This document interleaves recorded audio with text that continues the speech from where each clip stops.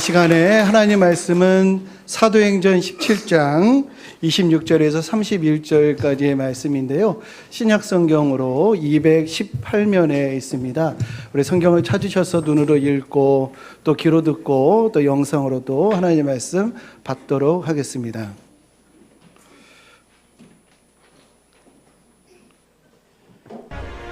인류의 모든 족속을 한 혈통으로 만드사 온 땅에 살게 하시고 그들의 연대를 정하시며 거주의 경계를 한정하셨으니 이는 사람으로 혹 하나님을 더듬어 찾아 발견하게 하려 하심이로되 그는 우리 각 사람에게서 멀리 계시지 아니하도다. 우리가 그를 힘입어 살며 기동하며 존재하느니라. 너희 시인 중 어떤 사람들의 말과 같이 우리가 그의 소생이라 하니 이와 같이 하나님의 소생이 되었은즉 하나님을 금이나 은이나 돌에다 사람의 기술과 고안으로 새긴 것들과 같이 여길 것이 아니니라. 알지 못하던 시대에는 하나님이 간과하셨거니와 이제는 어디든지 사람에게 다 명하사 회개하라 하셨으니 이는 정하신 사람으로 하여금 천하를 공의로 심판할 날을 작정하시고 이에 그를 죽은 자 가운데서 다시 살리신 것으로 모든 사람에게 믿을 만한 증거를 주셨음이니라. 아멘. 서먹하실 수 있는데 주변 분들과 인사 나누시겠습니다. 환영합니다. 축복합니다. 인사 나누시겠습니다. 네, 오늘 파악하기로는 156분이 오셨다고 합니다. 혹시 임막덕 권사님이라고 아시나요? 임막덕 권사님? 네, 모르세요? 네, 저의 할머니입니다. 그 성함이 예전에는 이름을 좀 이렇게 거칠게 어감이 되게끔 장명을 하셨어요. 그래서 막덕이라고 한번 띄워보세요. 막덕이라고 하는 이름인데 좀 거칠긴 하지만 생각해 보면은 대충 소극적으로 하지 말고 막 덕을 베풀어라 라고 하는 이름으로 이해하고 있습니다. 저희 할머니는 1910년생이신데 1885년도 부활절에 최초의 개신교 선교사님이 언도 우두와 아편젤러가 인천의 제물포 항을 통해서 대한민국 땅에 발을 딛게 되었어요. 그리고 그 이후로 25년이 흐른 후에 저희 할머니가 이제 태어나신 것인데요. 우리 한국 교회에 아주 기념비적인 사건이 있습니다. 그것이 무엇이냐면 1907년에 평양의 장대현 교회에서 교회 부흥에 큰 물결이 일어나게 되었어요. 이것을 우리 소위 평양 대부흥이다라고 하는데 평양에서의 부흥의 물결이 우리 한반도를 덮게 되었는데 저희 할머니는 평양 밑에 있는 항해도 옹진에서 사셨고 저희 외할머니는 이 평양에서 밑에 있는 사리원이라고 거기서 사셨는데 우리 외할머니, 친할머니 다 일제강점기에 남편을 일찍 여의셨어요. 30대 초반에 남편을 여의시고 예수 믿게 되어서 이제 우리 집안이 완전히 달라진 거죠. 외가 쪽, 친가 쪽 다 북한에서, 제가 그래도 북한산입니다. 그렇게 예수를 믿고 6.25 전쟁 때 이 기독교를 탄압을 하기에 평양 이제 이 피난을 오게 되셨고 그렇게 해서 제가 이제 태어나게 되었는데 제가 이런 말씀을 드리는 이유는 저는 이렇게 양가 할머니 때부터 신앙의 역사가 시작이 되었고 저희 친할머니는 인천의 청강교회라고 개척 멤버셨어요. 그래서 저는 아주 날 때부터 기독교적인 환경 속에서 제가 성장을 했다라는 말씀을 드리려고 하는 것인데 이 사진은 이제 교회 옥상에서 찍은 사진이에요. 여기서 보면 큰애가 저의 큰형입니다. 7살 많고 여기 가운데가 이 둘째 형입니다. 4살 많고요. 딱 봐도 기티가 나죠? 아주 잘생겼어요. 아주. 셋째가 접니다. 그리고 저보다 2살 어린 여동생이 있어요. 제가 이 형제들을 소개하는 이유는 형이 7살 많고 4살 많고 또 여동생이 2살 어리다 보니까 10년이라고 하는 그 세대를 제가 아주 밀접하게 관찰하고 또 교류를 하게 되었습니다. 보통 이제 형이면 그 위로는 잘 몰라요. 근데 큰형을 기준으로 해가지고 밑에 동기들 제가 잘 알죠. 또 둘째 형, 동기들, 또 저 위, 여동생까지 10년을 제가 봐왔는데, 그런데 70년대, 80년대 어느 교회나 마찬가지지만 교회에 많은 청소년들이 모였죠. 저도 청소년기 아주 즐겁게 신앙생활을 했었습니다. 그런데 그 많았던 이 선후배들, 동기들이 대학을 가고 사회로 진출하면서 교회를 떠나는 거예요. 신앙을 버리는 겁니다. 그래서 제가 여러 만나봤어요. 선배들, 후배들 만나봤더니 뭐라고 얘기를 하냐면, 교회에서 신앙에 의문이 있는데 그 의문을 해소해 주지 않아서 의문이 의심이 되었다. 의심이 점점 커져서 교회를 경시하게 되었다. 이런 얘기를 하더라고요. 의문이 의심이 되었다. 이것이 겉으로 표명하는 교회를 떠난 이유였습니다. 저도 20대 초반이 되었을 때 깊은 신앙적인 갈등, 고민을 하게 되었어요. 제가 다녔던 모교회는 대형 교회는 아니지만 중형 교회였습니다. 제가 20대 초반에 예배당에 와서요, 저기 뒤에 그 장의자에 이렇게 팔을 걸쳐 앉고 앞을 보면서 미친 거 아니야? 교회에 있는 성도들을 보고 미친 거 아니야? 제정신인가? 어떻게 믿는다고, 어떤 근거로 믿는다고 하는가? 저들의 이 신앙의 근거는 무엇인가? 라고 제가 막 조롱하는 듯하게 바라보면서 20대 초반에 정말 신이 있는가의 문제를 제가 이불을 그냥 이 둘로 이제 이렇게 끌어안고 이 방바닥을 대굴대굴 구르면서 정말 인생의 해방꾼 같은 20대 막 혈기가 있잖아요. 근데 이 하나님의 인생의 해방꾼 같더라고요. 그 해방꾼을 제거하고 싶은 거예요. 내가 신앙적인 환경 속에서 갇혀 있어가지고 혹시 세뇌당한 것은 아닌가? 신은 정말 있는가라고 하는 것을 정말 이 아는 이불을 찢는 듯한 정말 내면에 나와 이 맞짱 토론, 끝장 토론을 하는 것처럼 이 심각한 질문을 서로 던지면서 고민을 한 적이 있었습니다. 그때 제가 이 스스로 내린 결론은 하나님이 없다고 내가 그렇게 말할 수가 없더라고요. 하나님의 존재를 부정할 수가 없었습니다. 지워버리고 싶었는데, 그러나 내가 모든 것을 다 고민을 했을 때 하나님의 존재를 부정할 수가 없었어요. 물론 기독교 세계관이 의심이 많지만 그럼 무신론적인 세계관은 진짜 같은가? 다 믿을 만한가? 그렇지도 않더라고요. 그렇게 제가 그렇게 깊은 고민을 하는 것이 제 신앙에 있어서 아주 중요한 이제 이 포인트가 되는데요. 나중에 또 말씀드릴 계기가 있을지 모르겠지만 어떤 계기로 제가 신학교를 가게 되었고, 신학교에서 은혜를 받아 목회자의 길을 가야 되겠다. 그래서 신대원에 진학을 해서 공부를 했는데요. 신대원을 졸업을 하고 이제 목회 현장으로 나갈 수 있었는데, 그때 제가 그 선후배들이 했던 말, 의문이 의심이 되었다.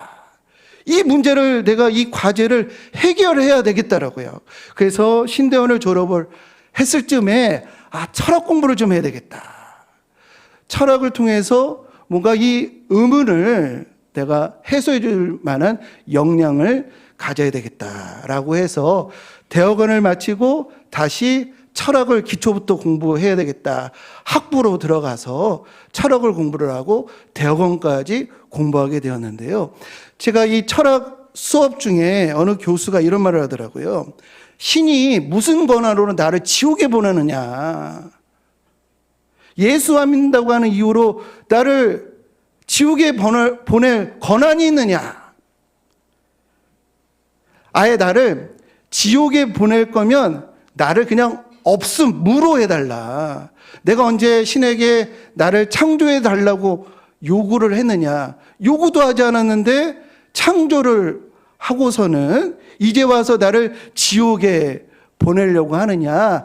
아예 그러지 말고 창조 이전에 없음의 상태로 나를 만들어달라라고 하는 철학 교수가 그런 얘기를 하더라고요. 어떻게 들리세요? 일리가 좀 있죠? 나를 지옥에, 내가 원치 않는 지옥에 왜 나를 창조해서 보내느냐라고 하는 이야기. 제가 보니까 법정에서 유죄 판결을 받으면요, 누구나 다 불만이 있고 이 부당하다 성토를 하더라고요. 그렇다면 하나님이 사람들마다 다 다르고 환경도 다르고 조건도 다르고 다 다른데 어떻게 모든 사람을 다 공정하게 심판하실 수가 있으실까? 어떻게 공의롭게 심판하신다고 하시는가라고 하는 의문과 또 하나 의문, 하나님은 왜 자기 자신을 명확하게 보이지 아니하시는가? 그래서 왜 교회를 떠나게끔 하시는가? 왜 이렇게 세상을 방치하시는가? 교회 어느 권사님이 이렇게 얘기를 하시더라고요. 자녀에게 신앙적인 권면을 해도 미동도 안 한다는 거예요. 그래서 저에게 말씀하시기를 하나님이 우리 자식들을 좀 강권적으로 좀 이끌어줬으면 좋겠다고 답답함을 표현하더라고요. 제가 그 얘기를 듣고 하나님 이 지경이 되기까지 왜 자기 자신을 명확하게 보이지 않으시는지. 이건요, 고대부터 지금까지 불신자나 믿는 자나 동일하게 반복해서 던져온 질문이에요. 나는 확신하고 싶은데 그에게 왜 직접 말씀하지 않으시는가? 이 시간에 저는 이 주제를 우리 여기 계신 분들과 함께 나누고 싶습니다. 첫 번째, 의문을 제가 해소하려고 철학 공부하고 여기까지 왔는데, 이 의문, 왜 하나님은 자기 자신을 똑똑히 드러내지 않는가? 또 모든 사람을 어떻게 공의롭게 심판할 수 있다고 하는 것인가? 몇 년 전에 이런 뉴스에 고발을 담고 있는 기적을 낳은 목사라고 하는 고발 뉴스가 있었습니다. 어느 남자의 답답한 사연이 뉴스를 타게 되었는데, 이 17년 동안 아들을 키웠는데 뭔가 좀 이상하다는 거예요. 자기랑 좀 다르고 뭔가 좀 이상하다는 거예요. 그래서 이상하다 싶어가지고 유전자 검사를 했더니 자기 자식이 아니라는 거예요. 17년 동안 키웠는데. 근데 누구 자식인가 했더니 본인이 출석하는 교회 목사랑 99.99% 유전자가 일치한다는 거예요. 야, 이상하다 싶어가지고 검사를 했더니 그런 거예요. 근데 더 황당한 것은 아내와 목사가 그렇게 같으면은 시인을 하고 책임을 져야 하는데 끝까지 부인을 한다는 거예요. 아내에게 누구 아들이냐? 99% 목사랑 같은데 목사 아들이냐? 아니래요. 그럼 내 아들이냐? 아니래요. 누구 아들이냐? 물었더니 그 아내가 목사 아들도 아니고 당신 아들도 아니고 단 한 가지, 하나님이 주신 아들이라고 하는 것은 그냥 그것만큼은 확실하다. 그냥 때려 죽여도 이것만큼은 확실하다. 하나님이 주신 아들이라고 하는 사실만큼은 확실하다. 이런 얘기를 하더라고요. 맞으면서도 되게 황당하죠. 그죠? 하나님이 다 주시는 자식이잖아요. 근데 그것만 확실하고 다른 시인을 안 하는 겁니다. 또 당사자 목사에게 이 기자가 찾아가서 인터뷰를 하니까 이런 얘기를 하는 거예요. 이 일은 나랑은 상관이 없고 부부가 17년 전에 내게 찾아와가지고 자식이 없으니 기도해달라 라고 해서 나는 기도해 준 것뿐이다. 근데 유전자가 같은 것은 이건 단지 기적이다. 주여 라고 하는 어이없는 기가 차는 말을 한 것이 뉴스를 탄 거예요. 우리 성도님들, 일반 목사가 영적인 권위, 기도하러 왔다는 거잖아요. 목사를 신뢰했다는 거잖아요. 그런데 그 권위와 그 목회자를 신뢰하는 것을 자신의 욕망을 위해서 이용해 먹은 거예요. 그런 사람에게 하나님이 나타난다고 한다면 이런 사람은 어떤 일을 할까요? 일반 목회를 하면서도 이런 일을 하는 사람에게 하나님이 그에게 나타난다고 한다면 어떤 괴물 같은 일들을 벌일까요? 이런 권위와 신뢰를 이 오용하는 일들이 오늘날 얼마나 많은 목회자들 중에 우리 여러 영역에서 이런 영적인 카리스마, 이 재능, 하나님이 주신 이 권위를 자신의 욕망을 위해서 오용하는 사례들을 우리가 많이 볼 수가 있습니다. 성경을 보니까요, 하나님이 직접 나타나는 이들의 특징이 있어요. 예를 들어서 이사야라든지 또 기드온이라든지 마누아라고 삼손의 부모인데 하나님이 직접 나타나는 이들을 보면은요, 하나같이 뭐라고 얘기하냐면 내가 하나님을 보았으니 반드시 죽으리로다. 이사야 같은 경우에는 하루다 내가 망하게 되었도다.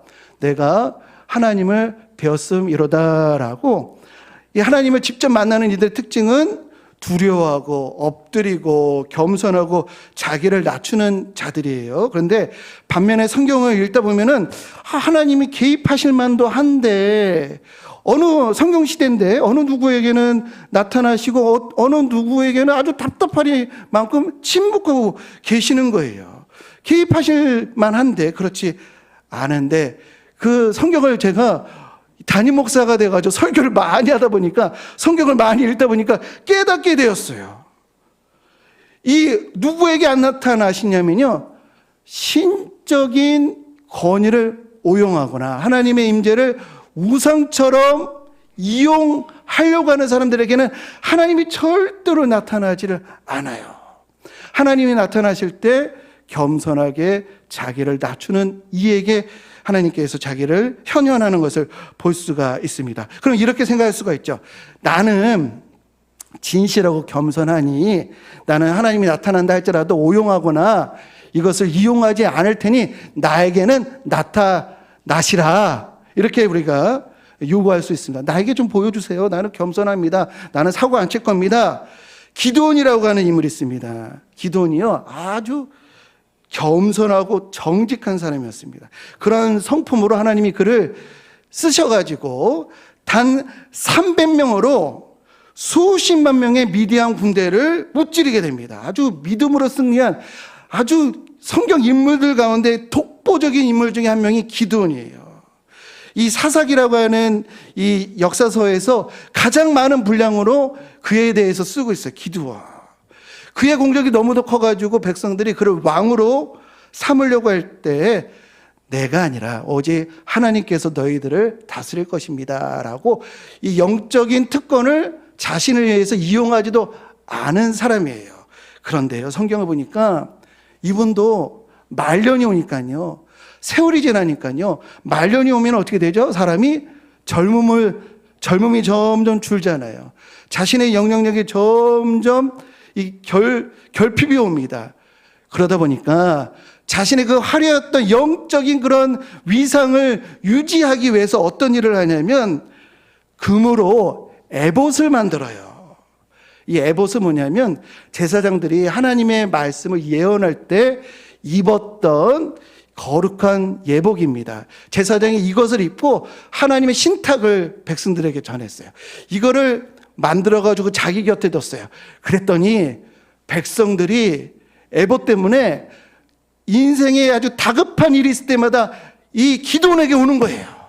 기드온에게 기도 응답 받으려고, 문제 해결 받으려고 지속적으로 기드온을 찾아오는 겁니다. 그냥 왔을까요? 뭔가를 들고 왔어요. 뭔가를 했어요. 그래서 기드온이요, 엄청난 부와 명예를 갖게 되어서 부인과 첩이 수십 명이었고 아들만 70명이 됩니다. 지금도 초대형 교회 이 목사님들이 은퇴하고서도 자신의 영향력을 유지하려고 하는 그런 심리가 그에게도 있었던 거예요. 그런데요, 기드온이 죽은 다음에 어떤 일이 벌어졌냐면 기드온이 만들어 놓은 기득권이 너무 커가지고 그 기득권을 가지고 찬탈극이 일어나서 아들끼리 이 학살하는 끔찍한 일이 벌어지게 됩니다. 이 한국교회도요, 처음에는 순수하고 열정적이고 영적인 리더십으로 아주 우리 한국교회의 기라성 같은 초대형 교회를 이루신 많은 목회자들이 있어요. 그런데 그 이후에 후임자, 그 자식들 미끄러지고 망가지는 일들이 많아요. 또 우리 한국교회가 만들어놓은 기득권이 너무 커가지고 이것을 유지하고자 하나님의 공의도 팽개치고 하나님의 영광을 가리우는 일들이 우리 한국 교계에 많이 일어나고 있습니다. 성경의 메시지는 뭐냐면요, 신의 현현이, 신의 나타남이 특정인에게 나타나면 오용되거나 그 자신에게나 자식에게 큰 걸림돌이 될 수 있다라고 하는 것이 성경의 교훈입니다. 그러면 하나님, 개인적인 차원으로 나타나지 마시고 모두에게 나타나시면 좋지 않겠습니까? 출애굽기를 보면요, 하나님이 모두에게 자기 자신을 똑똑히 보여주시는 그런 예가 있습니다. 출애굽기 20장 18절에 보니까 하나님이 백성들에게 임재를 합니다. 우레와 번개와 나팔 소리와 또 산의 연기를 본지라. 그때 백성들이 죽을 것처럼 두려운 거예요. 죽을 정도로 두려워서 뭐라고 얘기하냐면, 하나님이 직접 자기 자신을 똑똑히 보이지 않게 해 달라고. 그러지 마시고 모세 당신이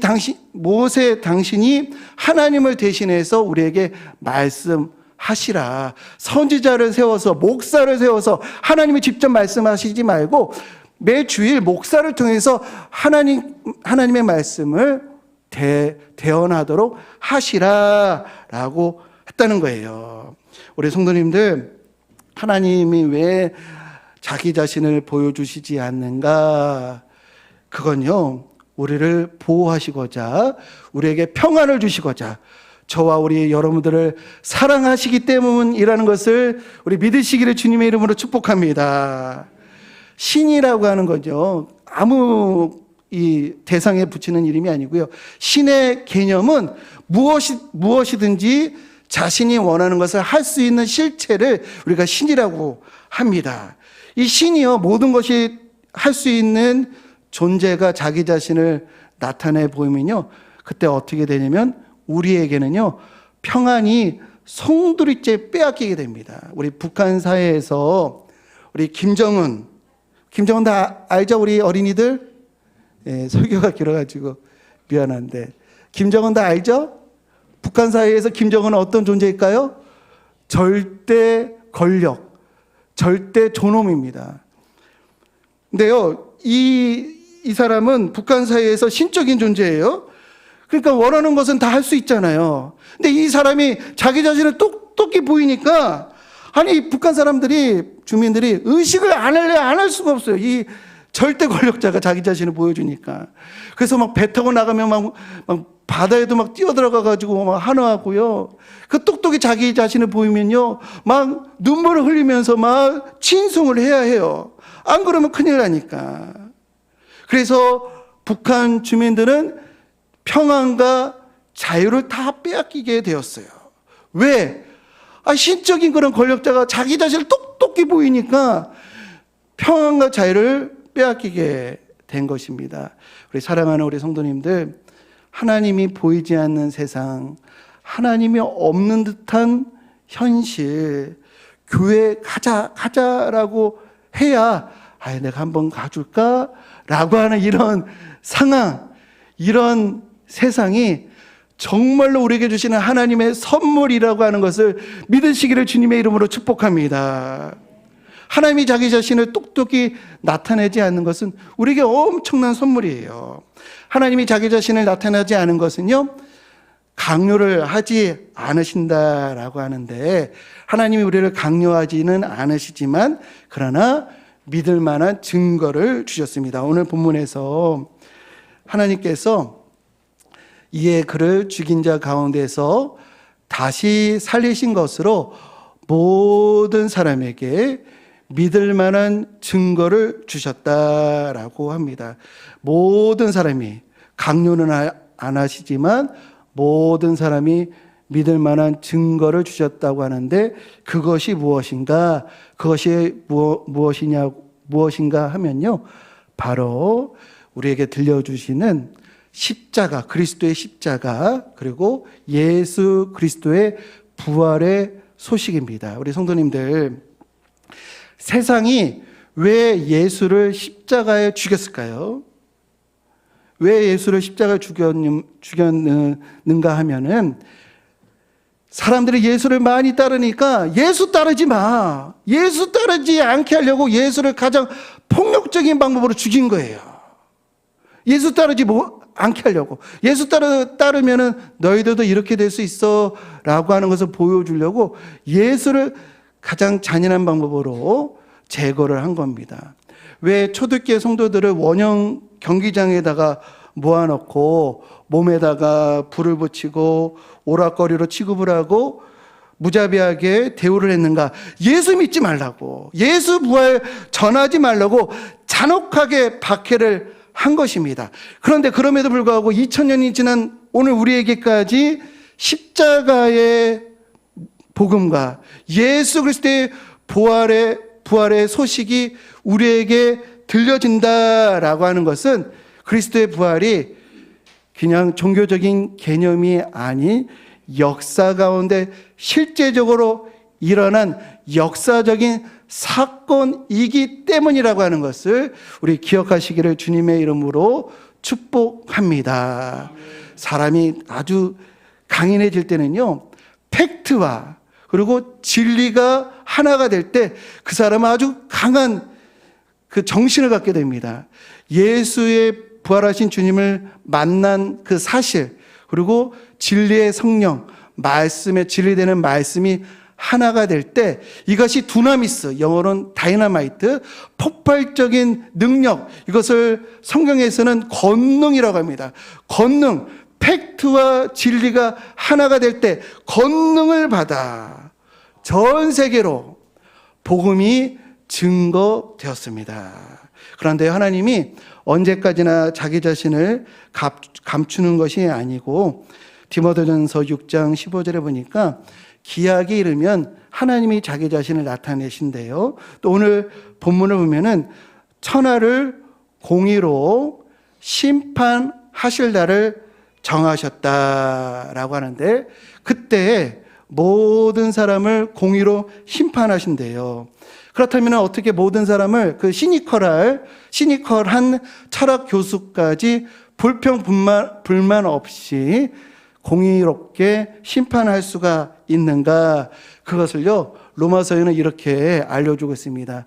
하나님께서요, 자기를 싫어하는 이들 그 마음대로 그대로 내버려 두신대요.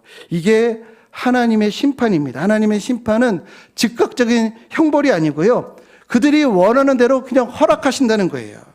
하나님을 싫어하는 그 마음대로, 교회 가기 싫어, 나 하나님 믿기 싫어, 나 예수 나 거부해, 그 마음대로, 그 원하는 그 마음대로 그대로 가게끔 하신다는 거예요. 그래서 어느 누구도 불평할 수가 없습니다. 자기가 원하는 대로 받기 때문에 어느 누구도 이것을 불만을 가질 수가 없는 거예요. 하나님께서 모두가 구원과 진리에 이르게끔 십자가에서 모든 것을 다 쏟으셨음에도 불구하고 그것을 미워하고 싫어할 때 마지막 심판이 그 마음대로 내버려 둔다는 겁니다. 예수님이 십자가에 달리셨을 때 이 홀로 십자가에 계신 것이 아니고 양옆에 강도가 있었습니다. 둘 다 죄인이고요. 이 손발이 다 결박되어 있기 때문에 아무것도 할 수 없는 인생의 끝자락에 있는 그런 죄인들인데, 마지막 그 순간에도 어떤 강도는 의인이 바로 옆에 있는데 이 의인을 조롱합니다. 너가 신의 아들이면은 이렇게 해봐, 저렇게 해봐. 또 자신의 죄를 인정을 하지를 않아요. 의로움을 경시합니다. 그런데 다른 강도는 자신의 죄를 인정을 하고 의인을 존중을 합니다. 그러면서 예수님 나를 불쌍히 여겨주시고 기억해달라. 이렇게 할 때 정말로 손발이 다 묶여 있으니까 아무것도 할 수 없는 이 상황은 그냥 마음과 입의 결단밖에 할 수 없는 그 순간에 어느 죄인은 회개해서 돌아오고 어느 죄인은 원치를 않는 그런 태도를 갖는 거예요. 그때 예수님께서 회개하는 죄인에게 뭐라고 말씀하시냐면 너가 나와 함께 오늘 낙원에 있으리라. 그런데요, 다른 강도에게는 아무 말씀도 없으세요. 책망하는 것도 없고 아무 말씀도 없어요. 그냥 그것은 그가 원하는 대로 내버려 두셨다는 거예요. 이 십자가의 도상의 이 이야기를 성경은 이야기가 있고 신학적인 정리가 있는데요, 이것을 다음과 같이 정리했습니다. 로마서 10장 13절, 누구든지 같이 한번 읽어보실까요? 시작. 누구든지 주의 이름을 부르는 자는 구원을 받으리라. 그 마지막 순간에도 하나님의 이름, 주의 이름을 부르는 자에게는 하나님의 구원의 손길이 그에게 미친다라고 하는 것입니다. 이 시간에 우리 성도님들, 여기 계신 모든 분들, 돌같이 이 굳은 마음이 아니라 살처럼 부드러운 마음으로 이 시간 하나님을 증명해 보일 수는 없지만 하나님이 계시다고 한다면 나를 불쌍히 여겨주시고 나를 이끌어 달라고 겸손한 마음으로 이 시간에 저를 따라서 한번 기도를 했으면 좋겠습니다. 우리 성경에 보니까요, 이 마음과 입의 이 일이 얼마나 중요한지 강조를 하고 계시는데, 우리를 구원하기 위해서 모든 일들은 예수님께서 감당하시고 우리에게 주신 숙제는 마음과 입의 문제로 남겨놓으셨어요. 내가 만일 내 입으로 예수를 주로 시인하며 또 하나님께서 그를 죽은 자 가운데에서 살리신 것을 내 마음에 믿으며, 마음으로 믿고 입으로 시인하면 구원을 얻으리니, 그 다음 절 같이 한번 읽어보실까요? 사람이 마음으로 믿어 의에 이르고 입으로 시인하여 구원에 이르느니라 라고 말씀하셨습니다. 이 시간에 우리 눈을 한번 다 감아 보시기 바랍니다. 이 시간에 하나님이 뭐 증명하거나 그럴 수는 없지만 만약에 하나님이 계시다고 한다면 나의 믿음 없음을 도와주소서, 하나님이 계시다고 한다면 나를 이끌어 주옵소서라고 하는 겸손한 마음으로 이 시간 저를 따라서 한번 함께 기도하도록 하겠습니다. 원치 않으시면 안 하셔도 되고요, 부드러운 마음을 가지고 겸손한 마음으로 하나님 도와주세요라고 하는 그런 심정으로 저를 따라 기도하겠습니다. 사랑의 하나님, 저는 죄인입니다. 하나님의 사랑과 구원의 계획 속에서 저의 죄를 대신하여 예수님께서 십자가에 못 박혀 죽으심을 믿습니다. 지금 저의 마음의 문을 열고 예수님을 나의 구주와 주님으로 영접합니다. 내 마음의 중심에 들어오셔서 이제부터 영원까지 다스려 주옵소서. 예수님의 이름으로 기도합니다. 우리 고백하신 모든 분들, 이 구원의 감격, 이 구원의 이 진리를 유지하기 위해서, 또 하나님께서 우리에게 향한, 나에게 향한 뜻을 알고 순종하기 위해서 지속적으로 신앙생활을 하시기를 주님의 이름으로 간절히 축원드립니다. 이 시간 우리 함께 찬양하겠습니다. 우리 하나님의 부르시면은 후회하심이 없습니다라고 하는 찬양의 가사인데요, 제가 한 구절 한 구절 읽어 드릴 때마다 이 찬양을 한번 묵상하시면서 깊게 생각하시면서 또 믿음으로 받아들이면서 우리 함께 찬양하겠습니다. 하나님의 부르시면은 후회가 없습니다.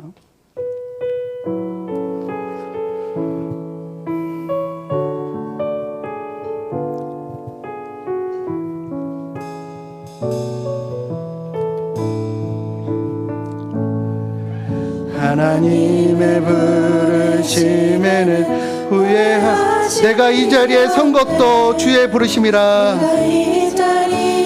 선 것도 주의 부르심. 하나님의 부르심에는 결코 실수가 없네. 부르심에는 결코 실수가. 나를 부르신 하나님의 신실하심을 믿네. 부르신 하나님의 신실하심을 믿. 작은 나를 부르심. 작은 나를 부르신 뜻을 나는 오직 감사와 순종으로 주의 길 가리라. 오직 감사와 순종으로 주의 길을 가리라. 때로 내가 연약해져도 주님 날 도우시니. 내가 연약해져도 주님 날 도우시니. 주의 놀라운 그 계획을 나도 믿으며 살리. 날 부르신 뜻 내 생각보다 크고. 날 부르신 뜻 내 생각보다 날 향한 길. 나의 지혜로 측량 못하나. 가장 좋은 길로, 가장 완전한 길로 오늘도 날 하나님의 부르심에는 후회하심이 없습니다. 하나님의 부르심에는 후회하심이. 내가 이곳에 있는 것도 주의 부르심이라. 내가 이 자리에 선 것도 주의 부르심. 하나님의 부르심에는 결코 실수가 없습니다. 하나님의 부르심에는 결코 실수가 없네. 나를 부르신 하나님의 신실하심을 내가 믿네. 작은 나를 부르신 뜻을 나는 알 수 없지만.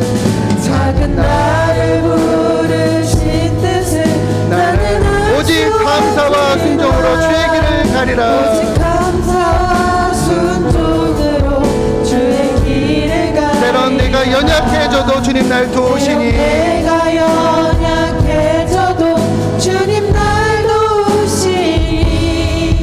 주의 놀라운 나는 믿으며 살리. 날 부르신 뜻 내 생각보다 크고. 날 부르신 뜻 내 생각 날 향한 길에. 날 향한 길에 나의 지혜로 측량 못한 가장 좋은 길로 인도하시는 주님을 믿으시기를 축복합니다.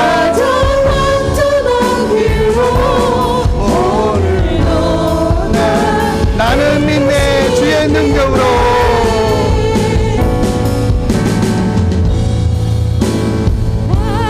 믿네.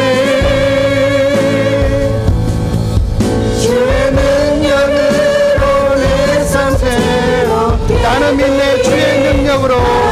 믿네. 주의 능력으로 담대히 주와 함께 날마다 믿음으로 살아가리라.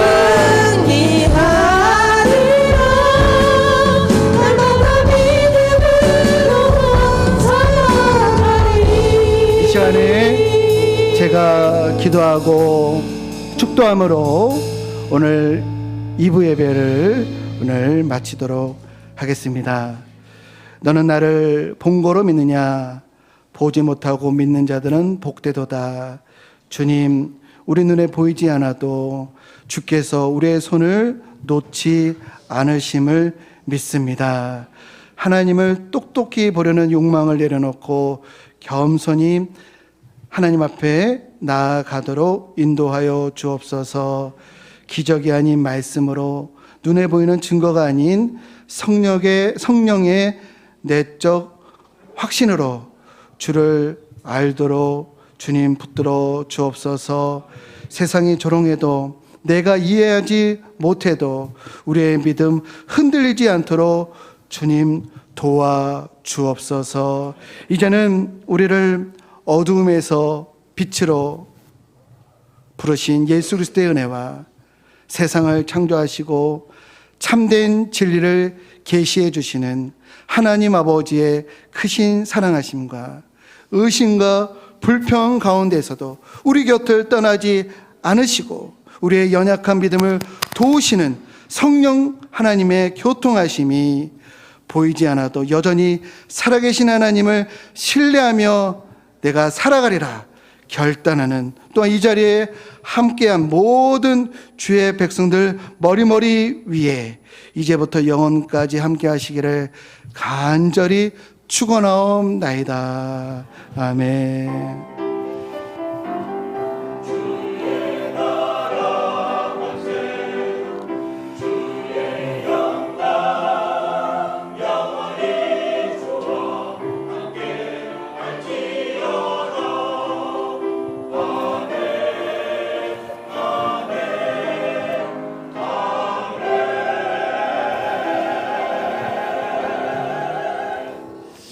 예, 예배를 마쳤습니다. 오늘 오찬을 교회에서 정성껏 준비를 했습니다.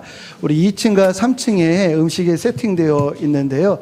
우리 기존의 성도님들은 우리 자녀들 우리 식사할 수 있게끔 좀 양보를 좀 해주시고, 우리 본당에서도 식사하실 수가 있고, 또 우리 곳곳에 우리 손님들을 먼저 대접을 하고 우리 성도님들은 또 적절한 자리에서 식사를 하시겠습니다. 2층에 한 30분 정도 식사하실 수가 있고요.